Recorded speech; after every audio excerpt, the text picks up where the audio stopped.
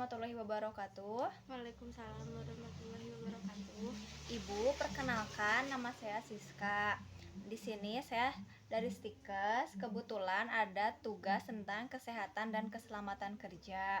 Kalau boleh tahu nama Ibu siapa? Ibu Ota. Baik, Ibu Ota.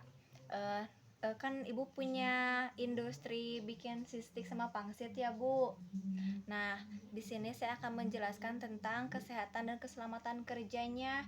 Sebelumnya pernah ada gak, Bu, tentang penyuluhan seperti ini? Nggak ada. Baik, kalau gak ada. Nah, untuk waktunya sekitar 10-15 menit. Bagaimana, apakah Ibu bersedia? Bersedia. Baik, kalau begitu. Untuk tempatnya di sini saja ya, Bu ya. Ya. Baik, kalau gitu kita mulai.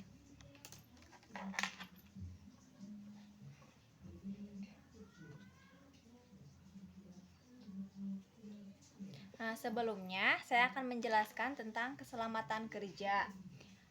Keselamatan kerja merupakan rangkaian usaha untuk menciptakan suasana kerja yang aman dan tentram bagi para karyawan yang bekerja di perusahaan yang bersangkutan.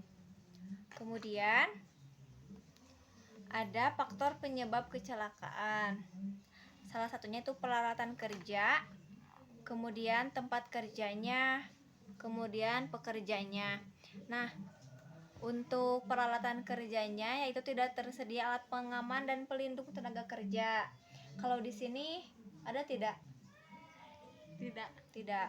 Oke, selanjutnya tempat kerja. Nah, untuk tempat kerjanya keadaan tempat yang tidak terpenuhi syarat seperti faktor fisik dan faktor kimia yang tidak sesuai dengan persyaratan. Kayak misalnya ventilasi, pencahayaan. Nah, di sini alhamdulillah bagus ya, Bu, untuk ventilasi dan pencahayaan. Ya. Nah, ada juga pekerja yaitu kurangnya pengetahuan dan pengalaman tentang cara kerja dan keselamatan kerja serta kondisi fisik dan mental pekerja yang kurang baik.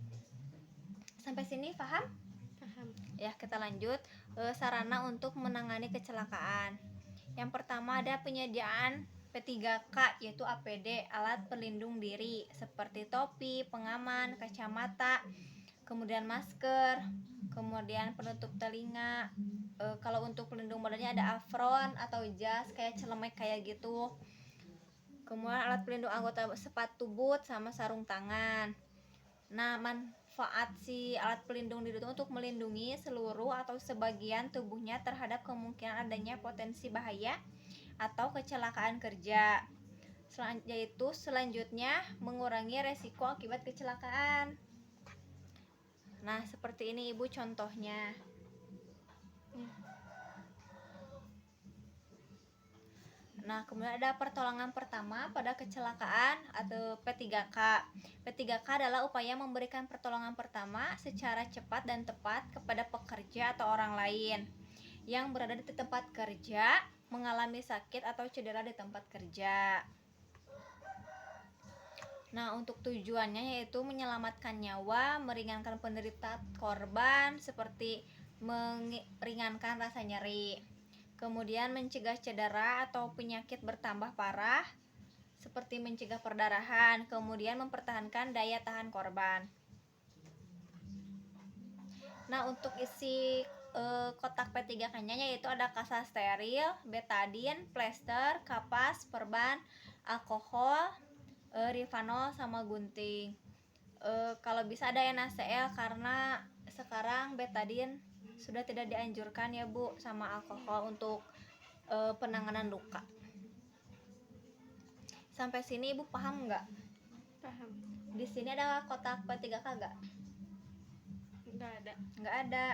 Baik, kalau gitu Ibu, kecelakaan kerja apa yang sering terjadi di sini? Luka ya. Kalau gitu kita jelaskan tentang pertolongan pertama pada luka ya. Luka kena pisau atau kena mesin itu ya, Bu? Mesin buat apa sih pangsitnya? Ya udah, kita jelaskan tentang pertolongan pertama pada luka ya, Bu ya. Sebelumnya saya akan menjelaskan tentang lukanya. Luka yaitu terputusnya kontinuitas jaringan kulit atau jaringan tubuh. Nah, Bu, jika misalnya terjadi luka, maka secepatnya harus ditangani. luka itu ada luka bersih, kemudian ada luka yang bersih tapi terkontaminasi juga. Kemudian ada jenis luka, ada beberapa seperti luka sayat, kemudian luka tertutup, luka lecet, luka gigitan, luka amputasi, dan luka bakar.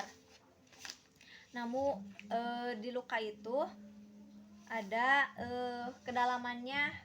Yang stadium pertama luka superficial, yaitu luka paling atas, jadi terjadinya itu di atas kulit, di bagian epidermisnya saja. Kalau misalkan stadium kedua itu parsial, sudah sampai ke dermis. Nah, kalau untuk stadium 3 itu hilangnya kulit secara keseluruhan disebabkan di subkutan, bahkan bisa lebih dalam, tetapi belum sampai ke jaringan otot, jadi belum sampai ke jaringan ototnya, belum terlihat. Nah, selanjutnya stadium 4 yaitu luka mencapai otot, tendon, atau tulang. Sampai sini paham? Paham. Baik, kita akan menjelaskan tentang penanganan luka. Kalau misalnya ada yang luka, kita pertolongan pertama. Yang pertama itu kalau misalkan perdarahan pada luka gores atau luka ringan, misalkan tersayat ininya ringan, biasanya kita cuci aja sampai bersih. Kalau mau pakai sabun paling di sekitar lukanya saja, jangan di lukanya. Itu tuh buat menghindari iritasi. Udah bersih kayak gitu, kalau misalkan perdarahannya masih ada, ditekan pakai kain yang bersih, harus bersih. Kalau lebih bagus sih kasa steril, kayak seperti ini. Pakai kasa juga boleh, atau yang steril, yang di dalam satuan kayak gitu. Nah, kemudian jika misalkan ada benda yang tertusuk masuk, misalkan ada bendanya di sini, boleh dicabut pakai pinset. Pinsetnya harus yang steril. Pinsetnya cuci dulu pakai alkohol, baru boleh dicabut. Kalau misalkan lukanya itu jangan diberikan kandungan yang mengandung iodin kayak betadin kayak gitu, jangan. Lebih baik menggunakan salep antibiotik aja, digunakannya itu secara tipis-tipis. Boleh ditutup biar lukanya tetap bersih. Kalau misalnya udah ditutup gitu, usahakan ganti perban itu secara teratur. Nah, kalau misalkan lukanya besar sampai terlihat jaringan si lemaknya atau terlihat ototnya, itu boleh dibawa ke dokter atau ke rumah sakit untuk dilakukan penjahitan. Seperti itu. Bagaimana Ibu, sudah paham? Paham. Paham. Kalau gitu kita praktekannya, Bu, ya. Misalnya ininya sobek. Ibu harus melakukan apa? Bersih. Membersihkan dengan air, Ya, terus kalau darahnya masih keluar, tekan pakai kain yang bersih. ya lebih bagus pakai kasa yang steril ya. Iya. Nah, kalau misalkan si lukanya besar kelihatan, Ibu boleh langsung dibawa ke rumah sakit atau ke dokter terdekat ya. Kalau dari sini ke puskesmas, ke dokter jaraknya dekat, Bu? Dekat. Emang kalau misalkan lagi kerja kayak gini, sering gitu ngalami luka? Enggak, kadang-kadang aja. Yang paling parah luka apa?